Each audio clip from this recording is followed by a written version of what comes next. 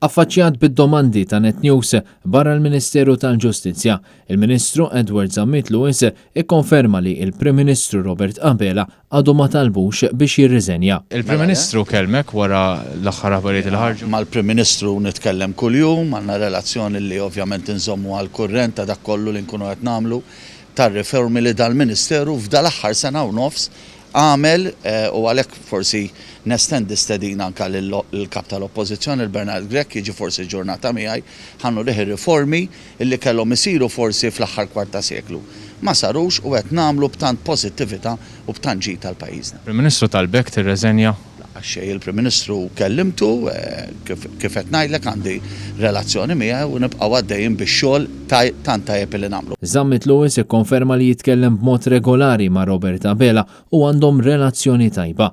Dan fil-waqt li kkonferma wkoll ir-relazzjoni tiegħu mal-allegat kompliċi fl-assassinju tal-ġurnalista Daphne Caruana Galizia. Relazzjoni tiegħek ma' Jorgen Fenech? Relazzjoni tiegħi ma' Jorgen Fenech spjegajta senilu ma ħareġ xejn ġdid. Jiena għal Jorgen Fenech nafu, konfermajt.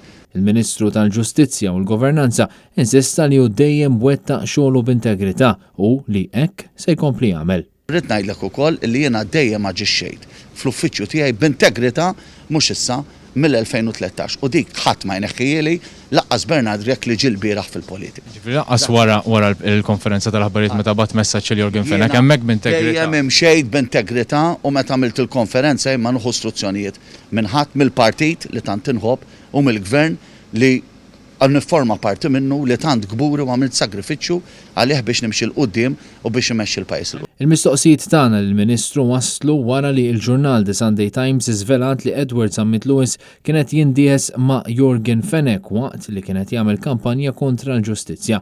Kien għal din ir-raġuni li l-kap tal-Partit Nazzjonalista Bernard Grech kiteb lill-Speaker sabiex ilaqqa l-Parlament b'urġenza ħalli jiddiskuti mozzjoni ta' sfiduċja kontra l-istess Ministru Zammit Lewis.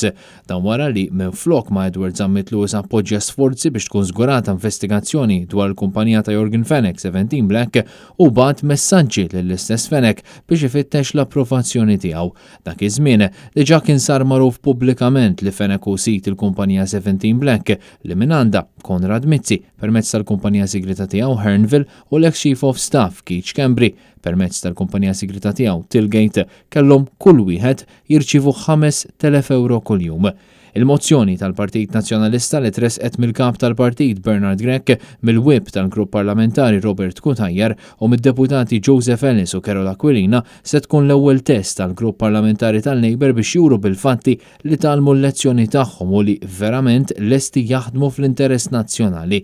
Intant, fil-messaġġi tiegħu ma' Jorgen Fenech, Edward Zammit Lewis qal ukoll li l-votanti laburisti huma ġaħan bil-Ministru jibqa' ma jiskużax ruħu mal-kostitwenti tiegħu. Il-messaġġ tal-ġaħan tiskuża ruħek lill partitari Laburisti dwaru? Il-messaġġ tal-ġaħan ngħidlek skużani għax ma jiena laburist minn ġu fommi, il-laburisti jafu dan, jafu kemm ħedimt għalihom u ċertament li qed tieħdu u taf inti li qed tieħdu barra mill-kuntest li ntqal. Kien Kutajjar, Net News.